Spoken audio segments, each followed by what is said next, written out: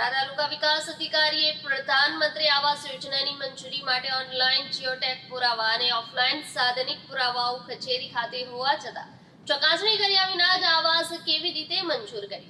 તાલુકા વિકાસ અધિકારી પાસે ઓનલાઈન અને ઓફલાઈન બધા પુરાવા હોવા છતાં આંખ આડા કાન કરી આરટીઆઈ એક્વિસ્ટ પાસે પુરાવા માંગે છે। જીઓટેગમાં લાભાર્થીના નામ સાથે પિતાનું નામ અને ગેર લાભાર્થીના પિતાનું નામ અલગ, આમ છતાં બંનેના પિતાનું નામ અલગ અલગ હોવા છતાં ટીડીઓ આંખ બંધ કરી સહીઓ કરતા હોય તેમ જણાઈ આવે છે। તાપી જિલ્લા સેવા સદન અને વ્યારા તાલુકા મથકથી માત્ર 3 થી 4 કિલોમીટર દૂર આવેલા ચિખલદા ગામ ખાતે પ્રધાનમંત્રી આવાસ યોજના દ્વારા મંજૂર કરવામાં આવેલ આવાસ ઓનલાઈન પ્રધાનમંત્રી આવાસ જીઓટેગથી મંજૂર થયા છે। જીઓટેગ પત્રથી પ્રથમ નજરે જોતા સુનિલભાઈ નવજીભાઈ ગામિતના નામે મંજૂર થયું હોય તેમ સ્પષ્ટ જણાઈ આવ્યું છે। જીઓટેગ ઓનલાઈન પત્ર પર ખરા લાભાર્થી સુનિલ નવજી ગામિત હોય અને ઓફલાઈન સુનિલ રામજી ગામિતના પુરાવા મૂકીને બંને નામના એક જ વ્યક્તિ હોવાનું સોગંદનામું રજૂ કરી ગેર લાભાર્થીને લાભ આપવામાં આવ્યો હોય તેમ જણાઈ આવે છે। પ્રધાનમંત્રી આવાસ યોજના હેઠળ આવતા નીતિ નિયમો હેઠળ બંને લાભાર્થીઓને લાભ મળે, પરંતુ સાચો લાભાર્થી રહી ન જાય તે માટે હંમેશા આધાર પુરાવા તપાસવા જરૂરી બને છે।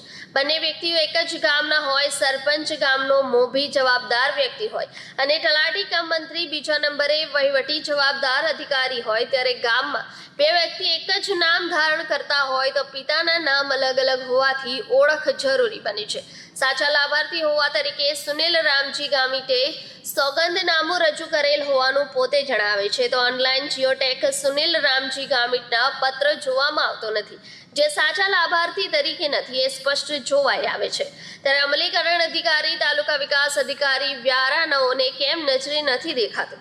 અમલીકરણ તાલુકા વિકાસ અધિકારી જો આરટીઆઈ એક્વિસ્ટને ઓનલાઈન અને ઓફલાઈન પુરાવો આપી શકતા હોય તો પુરાવાઓનો અભ્યાસ અધિકારીઓ કર્યો નથી એ સાબિત થાય છે। આરટીઆઈ એક્વિસ્ટે પ્રધાનમંત્રી આવાસ યોજનામાં મંજૂર થયેલા ચિખલદા ગામના આવાસની માહિતી માંગતા ચિખલદા ગામના સરપંચના પેટમાં તેલ કેમ રેડાયું? આરટીઆઈ એક્વિસ્ટને ત્રાહિત વ્યક્તિ હોવાની ગણના કરીને માહિતી આપી નહીં તેવા સહી સિક્કા કરી અને સુનિલ નવજી ગામના કોઈ પણ વ્યક્તિ ગામમાં રહેતા નથી એવી નોંધ લખીને સરપંચ શું છુપાવવા માંગે છે તે પણ તપાસનો વિષય બને છે।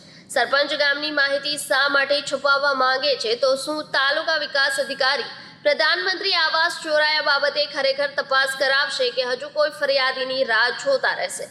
અહીં ખાસ નોંધવું કે તાલુકા વિકાસ અધિકારીને ઊંધા ચશ્મા પહેરવા ચિખલદા ગામના સરપંચે સુનિલ નવજી નામના વ્યક્તિ ગામમાં રહેતો નથી તેવી નોંધ લખીને સહી સિક્કા કરી આપ્યા છે। ત્યારે સુનિલ નવજી ગામમાં જ રહે છે અને હયાતી છે, જે મતદાર યાદી સાબિત કરે છે।